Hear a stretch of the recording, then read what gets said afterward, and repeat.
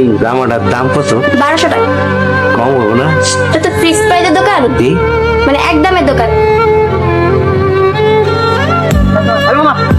চলো যাবো না মামা। আরে কেন যাবো না? আরে কইলাম তো। আরে ভাই কি ব্যাপার, আপনি আমার রিক্সা উঠলেন, কইলাম না যাবো না আমি।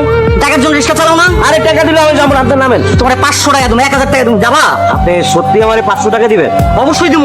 আর তাড়াতাড়ি টাকা চলো ভাই, কিছু মনে না করলে আমার 350 টাকা দিলেই হবে। আচ্ছা ঠিক আছে 350 টাকা তাতে চল চল না ভাই। আচ্ছা হ্যালো।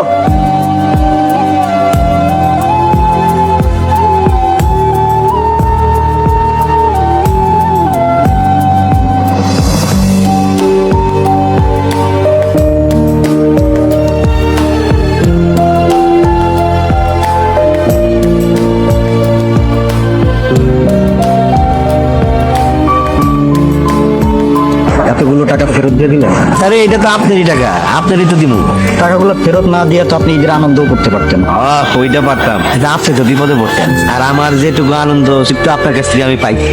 আমার মাইয়া টুনি একটা নীল জামা কিনতে দেখছিল, আমি সেই জামাটা কিনছি। ঈদের দিন টুনি ওই নীল জামা পরে আমার সামনে দিয়ে ঘুরবো, এটাই আমার। হ্যালো বউ, আপনি কবে আইবেন? আস্তে আস্তে তো ঈদের আগের দিন হয়ে যাবো। তোমার লেগে কি আনবো কইলা না? আপনি ভালোভাবে ফিরে আসেন তাইলেই হইব।